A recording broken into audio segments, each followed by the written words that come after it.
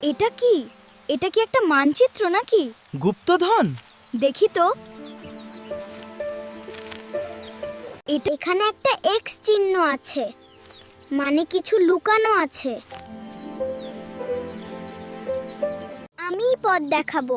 তারা এগিয়ে গেল রহস্যের পথে এবং নতুন এক রোমাঞ্চকর অভিযানের উদ্দেশ্যে বনের গভীর থেকে গভীরতর স্থানে প্রবেশ। কেউ খাওনে, সাবধান পিন্টু, আমাদের এখান থেকে এখনই চলে যাওয়া উচিত, কারণ এই ঝোপের ভেতরে কোনো বড় প্রাণী লুকিয়ে থাকতে পারে, তাই একটু দূরে থাকো।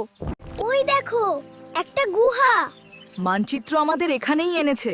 এখন আমাদের সাবধানে ভেতরে যেতে হবে। আমরা পেয়ে গেছি। ওয়াও, এত সুন্দর আর এত উজ্জ্বল। আমরা সত্যি এটা খুঁজে পেয়েছি। কি চমৎকার এক অদ্ভুত জাদু। গুপ্তধন নেই। সবচেয়ে বড় সম্পদ হইলে জ্ঞান আর প্রকৃতি। তাই আমাদের এই বীজগুলো রোপণ করতে হবে এবং এই বইগুলো থেকে এই গাছগুলোই হবে আমাদের গুপ্তধন। এবার পুরো গ্রাম সবুজ হবে। আসল গুপ্তধন লুকিয়ে থাউকে ভাওলেও কাউজে, কারণ যখন আমরা প্রকৃতিকে যত্ন করি তখন পৃথিবী আমাদের জন্য সবুজ এবং সুন্দর হয়ে ওঠে। ঠিক যেমন আজ আমাদের এই সবুজ গ্রামটির মাঝে লুকিয়ে আছে নতুন জীবনের এক অমূল্য আনন্দ এবং অপার সম্ভাবনা।